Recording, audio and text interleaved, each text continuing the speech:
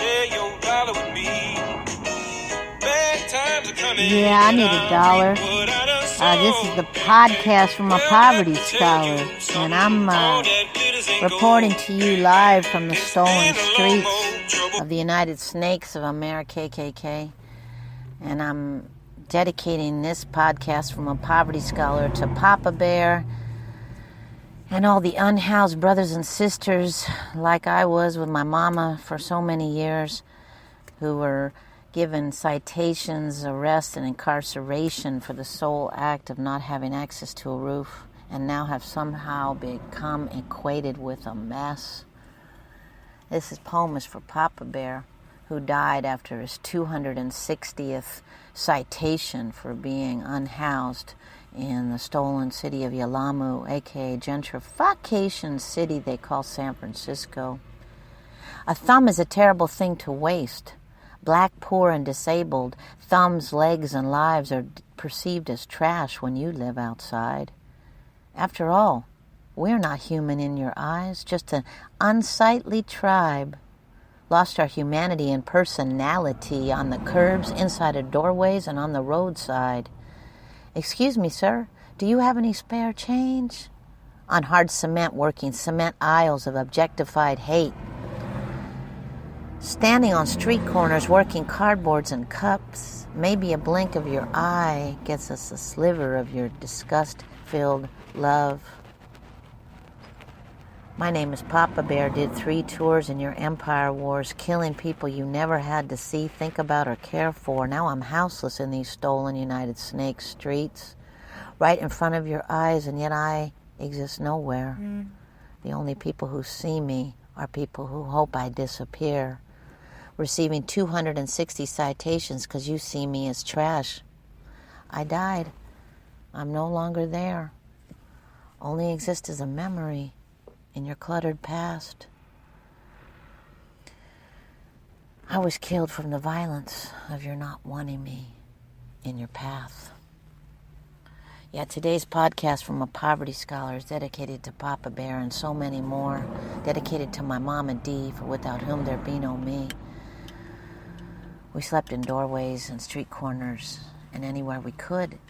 The important thing that in these settler colonialized stolen streets that were built on the English colonizer law, that included laws specific to the citations for people for being unsightly in public, aka the ugly laws, specific to laws that incarcerate people who don't have money, aka the pauper laws.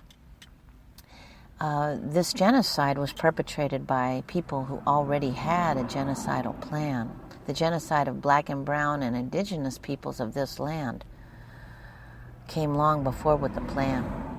So now, the 21st century reality is that unhoused and poor people, disabled people, unsightly people are arrested, stolen from all of our belongings because we are seen as a mess. Because our mere existence has been equated with dirt. And that's why they use hygienic metaphors like sweeping us and cleaning us out of your city. The reality is, how do we all buy into that, even if subtly? How do we all somehow adopt the Starbucks notion of cleanliness? The idea that the lack of human beings in our landscape means that it's clean. First of all, try having your roof and your walls taken off of your belongings and see how clean you would look. That's forced empathy lesson from a poverty scholar. And the second one is that us poor people on the street aren't always the user-friendly liberation target that most slacktivists and activists feel like wrapping their arms around. Oftentimes, we're broken, both because we're addicted to the man's poisons and all the other things that they make so easy for poor people to get, or because we're not even the proper box on your grant guideline. A lot of us unhoused people are poor white trash.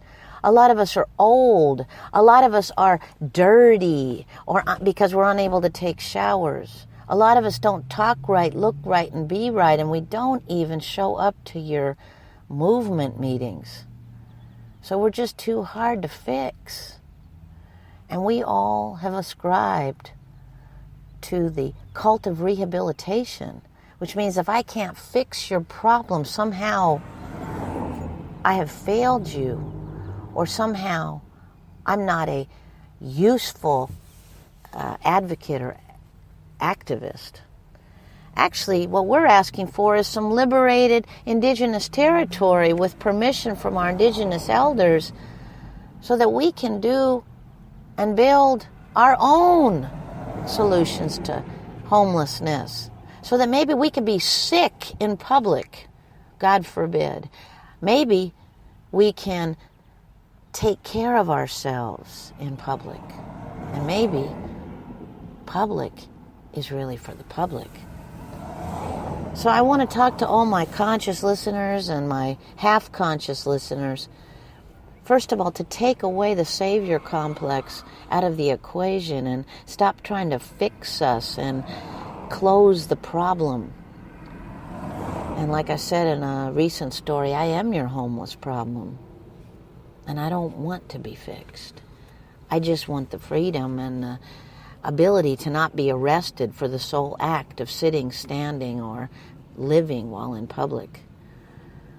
And lastly, I want to drop the idea that,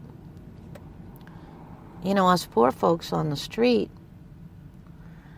aren't asking to be cleaned up, which is really code for stealing our belongings to the tunes of thousands and thousands of dollars.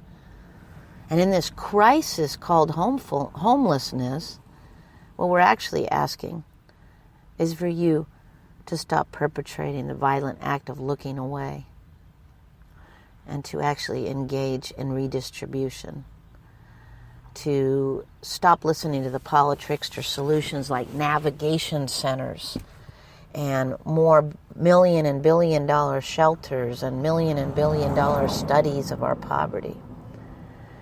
And to stop seeing a landscape as dirty just because it includes us in all our brokenness, in all our belongings, trying to cobble it together, trying to clean our own environments, like Nino, the brother we spoke with, who's has an encampment janitorial service, cleaning up the encampment for all of his fellow poverty scholars. We have solutions, and we can take care of ourselves. So that's today's message. Send out with prayers and love, and to please consider listening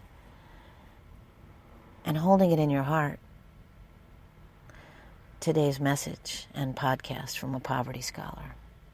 Ashe, Aho, Omateo. Long old troublesome road, and I'm looking for somebody